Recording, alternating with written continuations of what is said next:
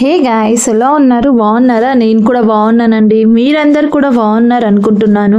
So ఈరోజు నా routine blog వచ్చి మార్నింగ్ వర్క్ కంప్లీట్ చేసుకున్న తర్వాత ఆఫ్టర్నూన్ కోసం ఇలా ఆనియన్స్ కర్రీ చేస్తున్నాను. ఆనియన్స్ కర్రీ మీకు ఎంతమందికి తెలుసు? ఆనియన్స్ కర్రీ చేసి అందులో పులుసు పోసి ఎగ్స్ వేస్తారని చెప్పేసి కింద కామెంట్స్ చేయండి. చాలామంది చాలా బాగా కామెంట్స్ చేస్తున్నారు, అలాగే మంచి రెస్పాన్స్ ఇస్తున్నారు. కొత్తగా చూసేవాళ్ళు ఖచ్చితంగా ఒక లైక్ చేయండి, సపోర్ట్ చేయండి. మీరు ఇచ్చే ఒక లైక్ వల్ల మన ఛానల్కి అనేది బూస్టప్ అవుతుంది. అలాగే చాలామంది మన దాంట్లోనైతే హాస్టల్ వెల్ఫేర్ వాళ్ళు ఉన్నారు. హాస్టల్ వెల్ఫేర్ వాళ్ళు అందరూ ఏమంటున్నారు అంటే ఎగ్జామ్ పోస్ట్పోన్ అవుతుంది కదంట కదా అక్క అని చెప్పేసి నాకు మెసేజ్ చేస్తుండ్రు. ఎగ్జామ్ పోస్ట్పోన్ అనేది ఇంపాసిబుల్ కాదు, ఎందుకంటే ఇప్పుడు ఆల్రెడీ మనకు చాలాసార్లు పోస్ట్పోన్ అయ్యి వచ్చింది కాబట్టి.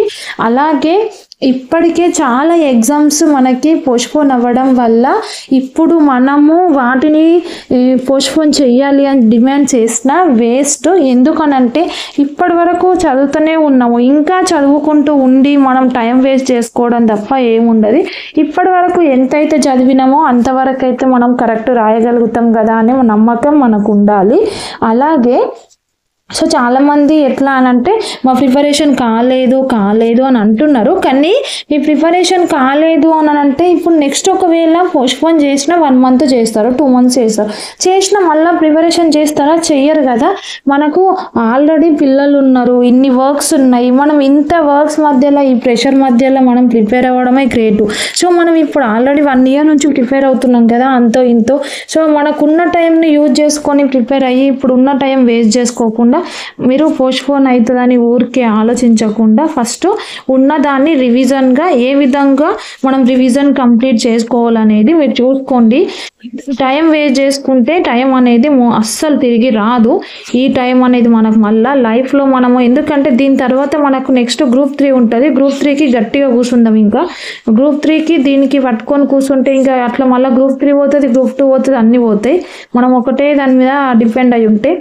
అందుకే దీని తర్వాత మనకు డిఎస్సి ఉంటుంది, Group 3 ఉంటుంది, Group 2 ఉంటుంది. ఇట్లా మీరు వీటన్నిటిని చూసుకున్న తర్వాత, అలాగే నేను ప్రీవియస్ వీడియోలలో కూడా మీకు చెప్పిన కదా ఏవేవి చూసుకోవాలో మనం మెయిన్ ఇంపార్టెంట్ చాలా పథకాలు కూడా ఉన్నాయి.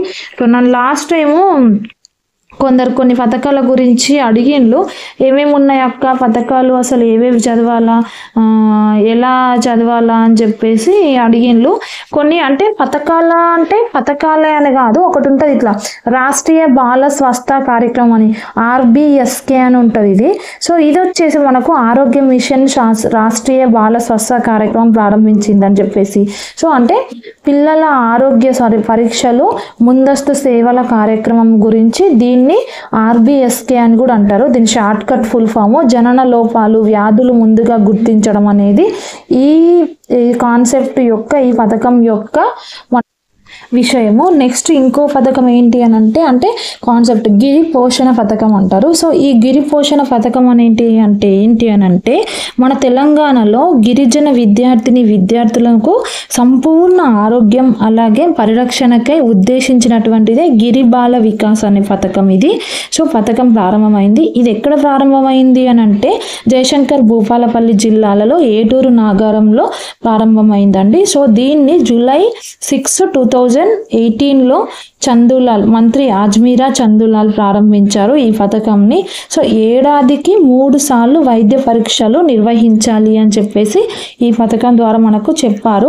దీని యొక్క తెలంగాణ గిరిజన జనాభా యొక్క పోషకాహారం స్థితిని మెరుగుపరచడానికి, అలాగే గిరిజన సంక్షేమ శాఖ agri business and innovation platform ICRISAT సహకారంతో ఏర్పాటు చేశారు ఇది.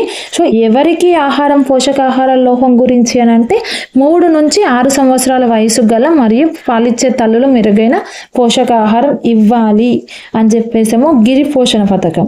అలాగే గిరి బాల వికాస్ పథకం ఏమో ఇది వచ్చేసి జయశంకర్ భూపాలపల్లిలో సంపూర్ణ ఆరోగ్య పరిరక్షణకై ఉద్దేశించి ఈ గిరి బాల వికాస్ ఉంది, గిరి పోషణ పథకం ఉంది. ఇట్లా రెండు ఉన్నాయి. నేనేం చెప్తున్నా అంటే మన హాస్టల్ వెల్ఫేర్కి సంబంధించినటువంటి ఇంపార్టెంట్ విధానంలో మనం చూసుకోవాలి. అలాగే తెలంగాణలో యొక్క క్రీడా విధానం చూసుకోండి. Telangana academy for skill and knowledge పథకం. అసలు స్కిల్ అండ్ నాలెడ్జ్ పథకం అంటే ఏంటి, భరోసా. నెక్స్ట్ రాష్ట్ర ఫుడ్ ప్రాసెసింగ్ కూడా నేర్చుకోండి. ఎందుకంటే మనం చేసేది హాస్టల్ వెల్ఫేర్లో కాబట్టి దానికి రిలేటెడ్గా నేర్చుకోండి. లాస్ట్ టైం నేను ఇది కూడా చెప్పిన మీకు. సో ఏది ఇంకోటి సన్న బియ్యం మధ్యాహ్న భోజన పథకం ఉంది కదా. సో ఈ సన్న బియ్యం మధ్యాహ్న భోజన పథకం సరఫరా పథకం అనేది ఈ పథకము 2015 జనవరి 1 నుండి అమలు చేస్తున్నారు.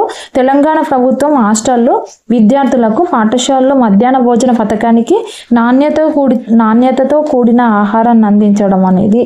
అలాగే హాస్టళ్ళకు వచ్చేసి 6,663 మెట్రిక్ టన్నులు, మధ్యాహ్న భోజనానికి వచ్చేసి 5,837 మెట్రిక్ టన్నుల చొప్పున నెలకు 12,500 మెట్రిక్ టన్నుల బియ్యం సరఫరా అవుతాయి.